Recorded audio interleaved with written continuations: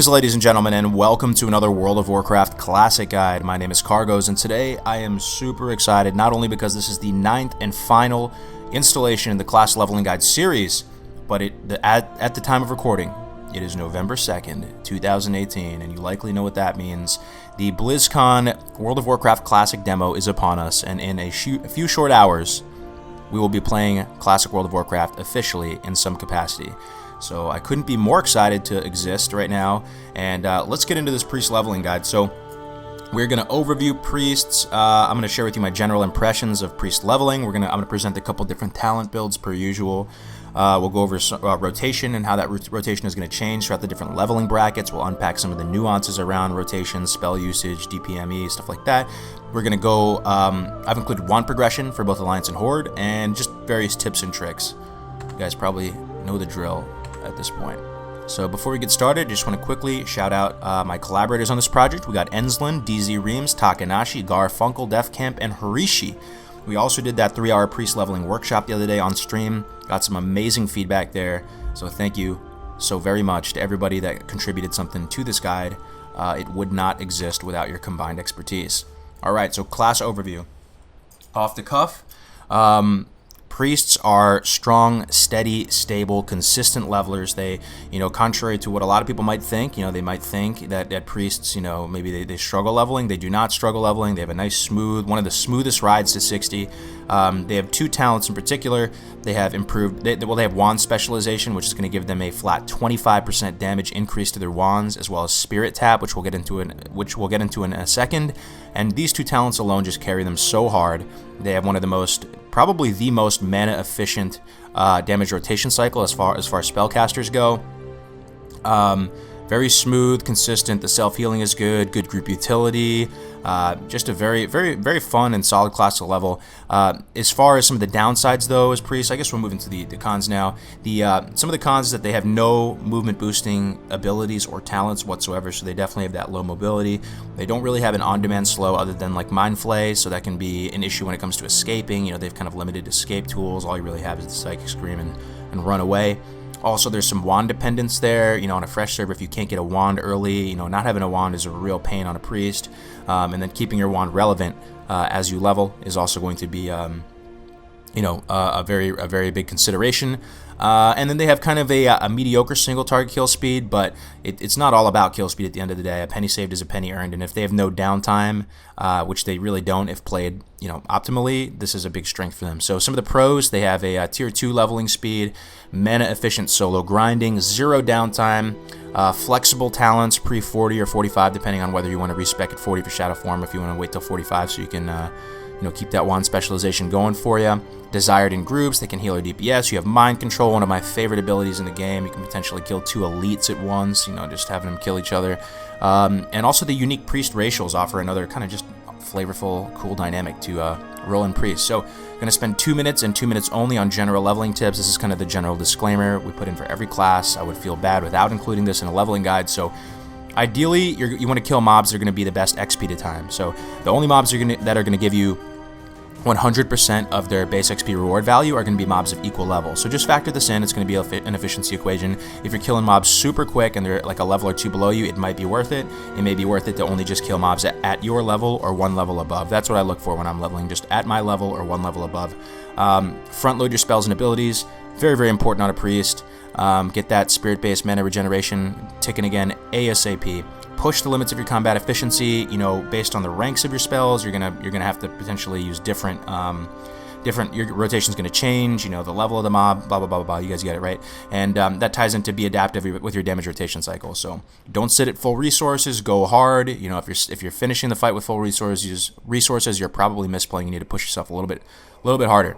So leveling speed is the sum total of 3 things: in combat time, out of combat time, and travel time. In combat time is when you're actively engaging targets. You are killing. This is referring to your kill speed. Out of combat time is time spent. Is mandatory time spent to regenerate, get yourself back into a combat ready state. This is going to be drinking, healing, bandaging, things like this. Priests have very little out of combat time, and travel time is the time spent moving from objective to objective. All right, so here's some graphs here on the Percent XP gain per mob level. This is actually really useful. So let's say you're like level 38 and you want to see how much experience a mob one level below you would be. You would go to 38, you'd look down, you go, okay, one level below, 91.49%, two levels below, 82.9 whatever percent, so on and so forth. So it's a pretty useful resource. So choosing a race, the pre-stat modifier is +2 intellect, +3 spirit. So we're going to talk about the Bis Priest race for both Alliance and Horde PvE and PvP. So you can see some minor differences in the primary base stat values. As far as just the like default racials, you know, perception is the stealth attack. Dwarves have stone form. Night Elf Shadow Meld. You know, Will of Forsaken, Berserking. Anyway, here are the priest specific racials, or the priest racials, right? So in Classic WoW, if you didn't know, priests have an additional 2 racials based on their race, which is kind of crazy. It's extremely flavorful. But we got humans on the Alliance side. They got Desperate Prayer, Feedback. Dwarves have Desperate Prayer and Fear Ward. Night Elves have Star Shards and Illumin's Grace. So we'll try and keep this section as short as possible. Bis and PvE is going to be Dwarf. The Fear Ward is extremely valuable in both PvE and PvP. Also, Desperate Prayer is quite nice for that just on-demand instant mega heal. Bis in PvP is going to also be Dwarf. Now, you know, at the end of the day, play what you like, but this is just sort of the case. All right, Horde Priest racials. We have Troll Priest with Shadow Guard and Hex of Weakness. We have Undead Priest with Touch of Weakness and Devouring Plague. The Bis in PvE is going to be Troll here. The Berserking racial is going to have a haste component to it between 10 and 30%, so that's going to directly benefit your casting. Also, Shadow Guard is something that's grown on me the more I've learned about it. It scales really well with spell damage. You can downrank it. Does quite a substantial bit of damage. It can proc Blackout.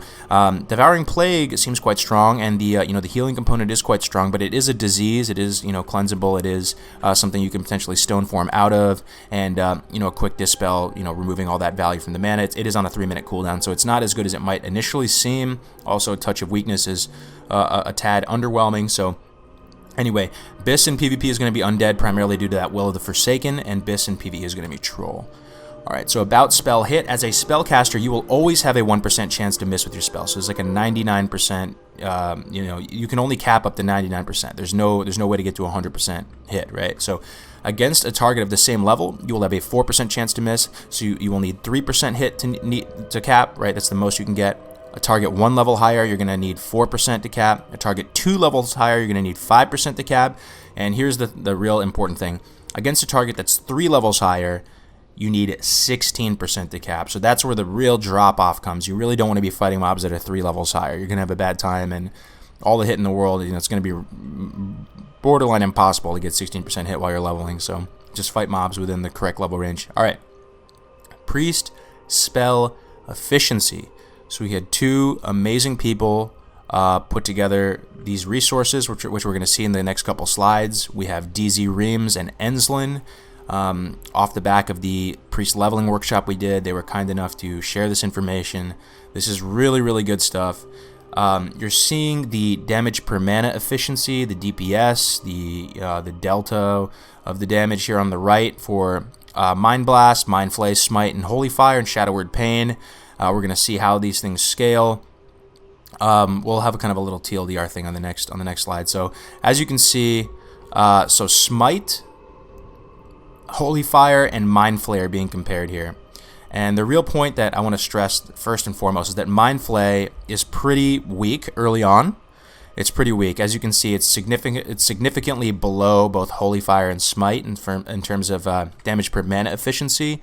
So, even if we have access to Mind Flay, and we probably will take Mind Flay for its utility in PvP, in PvE, you don't really want to use Mind Flay early, right? And the idea that Smite potentially is even more efficient than Holy Fire was something I really did not know, because I always imagine Holy Fire, it's a longer cast, it's got that little dot component to it, that Holy Fire has to be more efficient than Smite, but actually Smite is more efficient. And as you can see, it's pretty, there's this kind of stair-step progression, right? Because when you get a different rank of a spell, and then it kind of, then a few levels go by. So the levels to 60 are on the x-axis, and then the efficiency is on the y-axis. So here's some more info on pre-spell efficiency. This one's comparing a few more spells. So Smite, Holy Fire, Shadow Word Pain, Mind Blast, and Mind Flay. So Shadow Word Pain is going to be your most damage to mana efficient spell, followed by Mind Blast, followed by Smite, followed by Holy Fire, followed by Mind Flay. But as you can see, Mind Flay from, let's say like mid 40s to 60, it starts to scale a lot better, right? You see it spike up like that. But, from 20 to 40, it's pretty underwhelming. So, feel free to come back and reference these as you go. So here's the TLDR DPME ranking. Keep in mind, this is just a generalized, DPME ranking, and you're going to get different ranks of spells as you go. So just think carefully. You can always just divide the damage by the mana cost and come up with that efficiency. But it's generally going to be Shadow Word Pain, Mind Blast, Smite, Holy Fire, Mind Flay, and then like Devouring Plague. Alright, so here's another interesting thing that you can do, and it's weaving melee attacks between your wand shots. So, your wand is going, when you shoot with your wand, it's going to trigger that global cooldown. You're going to see it rotate. So the fastest wand you can get really is 1.5 seconds, because that's the global cooldown, right? So you're not going to be able to wand faster than every 1.5 seconds. But you can weave in melee attacks in between your wand shots. They're kind of on different swing timers. Now, I would recommend getting a weapon that is faster. We did some testing, but there still needs to be more testing done on this. It's definitely a damage increase. It's hard to tell exactly, what the optimal strat is, but feel it out. That's what I would do if I were you guys. I would try and get a weapon that is the same speed as my wand, or is just as fast as possible. You're probably not going to be able to get one that's as fast as your wand. And then as you shoot, as soon as you shoot and like the animation, happens, you will hit your auto attack and you'll try and hit them. And you'll try and weave these melee attacks in between your wand shots, and this will boost your damage. So as you can see, there's a little example against the Harvest Watcher right there. My shoot crits it for 45, then I melee it for 43, then I shoot it again for 26. So this is something that's going to be able to boost your damage. Just play with it as you go and see if it's going to be worth it for you. So pre-specific tips, there's some juicy stuff here, I guess. So Power Word Shield will gain value from inner focus, so it's going to benefit from that armor gain. We don't know 100% if that's going to be Blizz-like or not, but we'll soon find out. You can use different ranks of Psychic Scream, so down rank your Psychic Scream. It's going to cost a lot less mana, so rank 1 will fear 2 targets, rank 2 will fear 3 targets, so on and so forth. Weave melees between one shots. You should rarely ever have to hard cast a heal after a fight. You're going to prevent damage with Power Word Shield or potentially Renew or something like that. And then after the fight, your Spirit Tap should be able to sustain you. If you're fighting elites or difficult mobs, you want to front load that Weakened Soul debuff so you can actually use your Power Word Shield. So like early on in the fight, you just want to get that Weakened Soul debuff ticking so you don't run into a situation where you can't Psychic Scream and Power Word Shield. Also, generally, if you pull multiple mobs, you're going to want to dot them up with Shadow Word Pain, then use the appropriate rank of of Psychic Scream to fear them, and then just focus down one at a time. Alright, life 1 to 10, you're going to want to buy a wand and a quiver, potentially ASAP. It's a little bit of a meme, but, it's going to increase your range attack speed by 10%. If you don't have full bag slots, then you might as well, and... so it's going. Your wand is going to benefit from increased range attack speed by 10%. Train all the skills in this area. If you, at level 10, if your money's going to permit and you're in a major city, I would train staffs or staves. So the single target rotation, you're going to either put Renew or Power Word Shield on you. Before, there's some pros and cons to using either or. You can use Power Word Shield, way before a fight starts, so then you can regenerate that mana, then engage the target with the shield on. So there's some MP5 implications there as opposed to Renew, and Renew can potentially overheal, but Renew is generally a more mana efficient spell. So you're going to put one of those on you. You're going to Smite into a Shadow Word Pain. So you're going to notice this is kind of the general strat. You're going to hard cast something into an instant cast, and then you're going to do the wand shot into melee kind of combo back and forth. So the multi-target rotation, this is going to be pretty similar throughout the different stages of the game as well. You're going to hard cast onto one, put that Shadow Word Pain on, dot target 2, and then Psychic Scream. At this stage, you're not going to have Psychic Scream, but then you're just going to do the wand. You're going to focus one down individually. So just dot multiple. 10 to 20. Same kind of situation. You're gonna have Mind Blast at this stage, so if you can sustain it with Spirit Tap, you can do both Smite and Mind Blast. I would start with Smite first because it's a longer cast, followed by Mind Blast is a shorter cast. And then you can do a Shadow Word Pain and do the same thing. You're gonna also have Psychic Scream at this stage. You're gonna have Fort and Inner Fire, so keep Inner Fire buffed as well because your Power Word Shield will benefit from Inner Fire. So that's pretty much it. 10 to 20. 20 to 40, you're gonna have Holy Fire on the table. So depending on what rank of Smite or Holy Fire, just do the little efficiency equation, divide the damage by the mana cost, and see which one's gonna be more optimal. Holy Fire is a pretty long cast, so you'd pull with Holy Fire into a Mind Blast, into a Shadow Word Pain, then proceed to do the Wand melee combo. Now it may be more efficient for you just based on the way it all pans out, just to use Mind Blast into Shadow Word Pain. That may be optimal. But if you have extra mana, if you can sustain it, then go ahead and weave additional Smites or Holy Fires into your rotation. So that is it for 20 to 40. Then 40 to 60, you're going to have access to Mind Flay. So keep in mind that in these lower levels, we're not using Mind Flay. We're likely going to get Mind Flay for utility and PvP purposes, but we're not using Mind Flay until much later. So it's really, as you saw in that initial graph, Mind Flay starts to become kind of more efficient to use as you start to get more synergy with some of your deeper shadow talents, and you get some higher ranks of it. So from 40 to 60, as you can see, there is no more Smite or Holy Fire here. It's going to likely be Mind Blast into Shadow Word Pain, into a couple Mind Flays, into your little Wand melee combo. Now, I wouldn't use Vampiric Embrace on every single mob. It is very low mana cost, so it's not a lot of impact, but you are using a global. But if you have a little chip damage on you and you want to sustain, you can throw a Vampiric Embrace in. I'd put it in after the Shadow Word Pain. I'd put on Vampiric Embrace. So we'll get into Vampiric Embrace, but it essentially heals you. So for the shadow damage, for the amount of shadow damage that you do to the target. So at this, you're going to have Shadow Form, so you're going to keep Shadow Form on you. You can only use Discipline spells when you're in Shadow. You're not going to be able to cast, like, Renew when you're in Shadow Form, so that's why Renew is not listed there as part of your single target rotation, really. So now we're going to get into talent builds. Alright, so here we are on the talent calculator. Let me break it down for you. So 1 to 39, we're not going to go that deep into Shadow. We're just going to pick up some key amenities, and then we're going to either go primarily Discipline or Holy. Now, the advantage of going primarily Discipline is that you'll have some better sustain. You'll be able to have a little more mana, a little more resources. Holy will be the absolute fastest if you're trying to push kill times, because we are going to be using Holy Fires and Smites and stuff pre-40. So let me show you the Discipline Shadow variation first. So the first executive decision we have to make is whether we're going to go Wand Spec or Spirit Tap. This is a highly polarizing argument. You have some people that are like die-hard Spirit Tap first, some people that are die-hard Wand Spec first.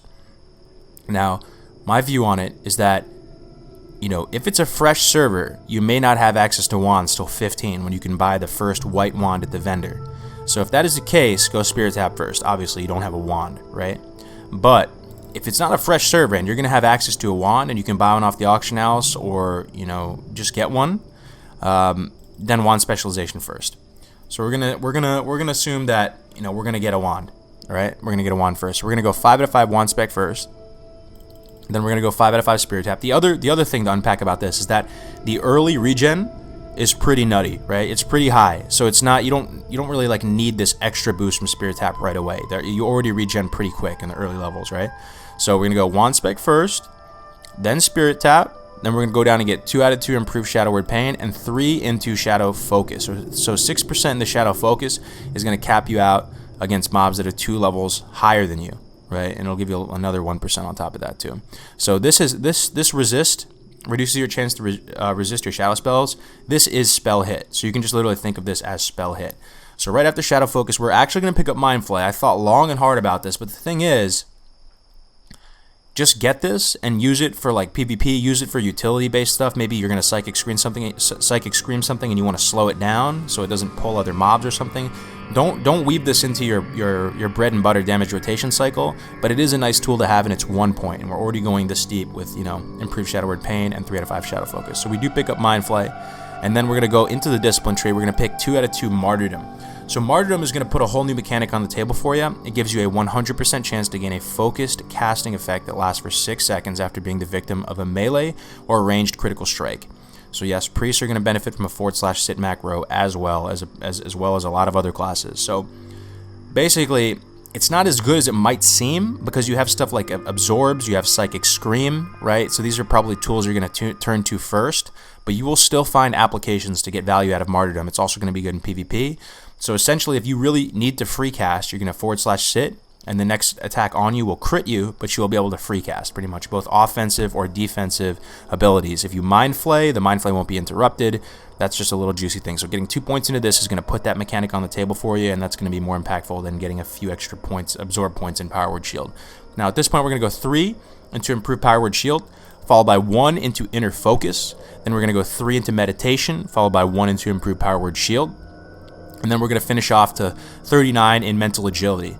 Now you're going to respec at 40 anyway, but you know, if you want to respec at 45, you can absolutely do that too with any of these specs. So some people don't like to respec, you know, right away. They just like they prefer the wand specialization for a bit longer. That's fine too. But IMO respec at 40.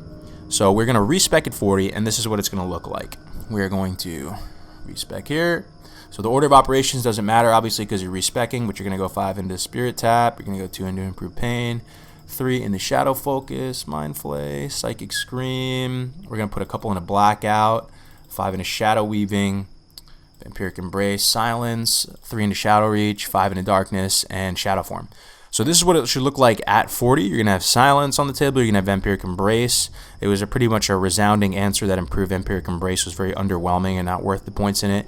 Now, the only thing that you could kind of switch up with this is you could put 5 out of 5 into Blackout here and give you that 10% chance to stun the target for 3 seconds with shadow spells. But for PvE and PvP, I always gravitate generally towards stuff that's going to increase movement speed or range. So I prefer Shadow Reach here, but that is another option on the table for you. So at this point at 40, you're going to proceed as follows. You're going to go into the Discipline tree, and you're going to put 5 out of 5 Wand Specialization. We're going to kind of follow that same path. 2 into Martyrdom, 3 into Shield, Inner Focus, Meditation, Fort, Mental Agility, and we're done. So that is the first kind of balanced, you know, 1 to 39 Disc Shadow into respecking at 40 and going Shadow Disc. Now the next build I want to share is kind of a slight variation to this. So I don't want to like take a whole bunch of time and explain it and go back to the PowerPoint. I just want to show you, you know, the difference from 1 to 39. So one thing you should keep in mind too, as long as you have Wand Spec and Spirit Tap 5 out of 5, you're gonna have a good time. You can actually be pretty flexible with your talents, but you know, just keep that in mind, right? So anyway, the variation, if you were gonna push for absolute speed, if you were gonna go for absolute speed, right, even at the cost of a little sustain, 1 to 39 or 1 to 40, you're gonna be going Holy Shadow pretty much. You're still gonna pick up Discipline and Martyrdom, but you're gonna be using Smites and Holy Fires during this stage of the game and getting that additional 5% crit and the reduced cast time on Divine Fury is going to actually push your damage a little bit. So I'll take you through that again. We're going to start up with Wand Spec or Spirit Tap based on, you know, the dynamic of the server and what you have access to. And then we are going to go Shadow Word Pain and 3 into Shadow Word Focus. We're going to go 1 into Mind Flay to get that on the table, 2 into Martyrdom. Now at this point we're going to go 5 into Holy Spec, 5 into Divine Fury. So now we are at 37. So the last couple points, you can it's a little bit flexible here. You can literally go into Power Word Shield up to 40, or you can even potentially put some into Blessed Recovery to kind of regen a little bit of that extra damage taken from the crit. But it's really your prerogative. So we're gonna put 3 into Power Word Shield, and that's gonna take us to 40. So the third and final spec I'm going to present for you guys is a Smite spec. It is not a meme. It's an actual thing. It could be more attractive to people that want to do some more healing. You'll be stronger healing. Maybe you don't want to be a ghost boy. You don't want to be that. You don't want to be the little dark priest guy. You want to smite your way to victory, and this is a more attractive playstyle to you. Then this might be for you. So real quick, we're not going to have access to improved Shadow Word Pain, getting that extra 2 ticks. We're not going to have Shadow Focus. We're not even going to have Shadow Form. We're only taking Spirit Tap in the Shadow Tree. Then we're going to go Holy Disc, and we're going to stack Spirit like crazy. We're going to go down to like Spiritual Guidance and increase your spell damage and healing by up to 25% of your Spirit. And we're going to go down and get Divine Spirit in Discipline. So I will walk you through this. We're going to go 5 Wand Spec, Spirit Tap. Now we're done. We're not getting any of these tier 2 talents here in the Shadow Tree. I know it looks a little funky, but we're going to go back and get Martyrdom to bring this mechanic online. It is just going to be worth it. Then we're going to go 5 into Holy Spec, 5 into Divine Fury. And then we're going to go 1, 2, 3 into Renew, 1, 2 into Blessed Recovery. Then we're going to go 2 into Searing Light, 1, 2, 3 into Improved Healing, and 1, 2, 3, 4, 5 into Spiritual Guidance. Now, at this point, we're going to move into the Discipline tree. We're going to put 3 into Improved Power Word Shield, 1 into Inner Focus. We're going to go 1, 2, 3 into Meditation, 1 into Improved Power Word Shield, 1, 2, 3, 4, 5 into Mental Agility, and finish with Divine Spirit. So this is the Smite build for you guys. And the reason why we're not taking those extra 2 ticks of Shadow Word Pain, just real quick, is that because we're going to be like hard casting, you know, some more smites and stuff, which offer a higher, you know, DPS at the cost of mana and stuff. In theory, your Shadow Word Pain is not going to be active and on a single target for as long, right? So that is the third and final option for you. So we are back to the lovely PowerPoint presentation, moving on to stat priority. So basically, you want to stack Spirit as a priest, followed by Intellect, then Stamina, then Agility for those fat wand crits, then Strength. So the reason why you want to stack Agility is primarily because of Spirit tab, or if you're going the Smite spec, you get the bonus damage from stacking Spirit as well. But it's mainly for Spirit tab. So Spirit tab is going to give you a 100% bonus after killing a mob that grants you XP. It's going to give you a 100% bonus to your Spirit for a period of time. It's going to help you regen super quick. It's going to reduce that downtime. It is super, super good. Followed by Intellect, then Stamina, then Agility, then Strength. So the gear you're going to be looking for, we have this nifty chart here provided by Tim's. Thank you so much. It's going to be of the Owl. That's going to be Biss for you, followed by of the Whale, followed by of the Eagle. So now here's a leveling guide for Alliance made by the lovely Enzlin. He was kind enough to share all these materials with us. So keep this in mind. It still could be of use if you are Horde, if you're going into the more contested mid-game zones. Here's the 1 to 30. Here's the 30 to 60. Now, here's also Alliance wand progression. So we got wand progression for both Alliance and Horde. Here's my take on the wand progression. Here is Enzlin's take on the wand progression. He did a very thorough job, more thorough than me. So this is a great resource. Again, this is from Alliance perspective though, so not all of Enzlin's are going to be able to be accessible for Horde. He even included some PvP matchups, some little notes that if you're out in the open world, you can just take a look at these notes as far as you know, how to fight certain classes, some PvP tips on the side. And then we got Horde 1 progression, and that should be it. Again, I know I'm scrolling through those super quick, but if you want to take a closer look at them, definitely check out the PowerPoint presentation. There will be a link in the comments and in the description of the video. So that's pretty much it for this video, guys. We are done. We've done all 9 classes now. We have class leveling guides for every class in Classic World of Warcraft. Thank you so much for your patience and for sticking with me and for all the kind words you've been sharing in the comments. I'm very excited to play the demo right now. I'm going to shower and get my life together and start preparing the stream. Hope you enjoyed, guys. If you have any questions, feel free to reach out in the community Discord. The Discord's been growing super nice. The stream's been going good. I'm really, really happy with life right now. So thanks again, guys, and I'll see you in the next video. Take it easy.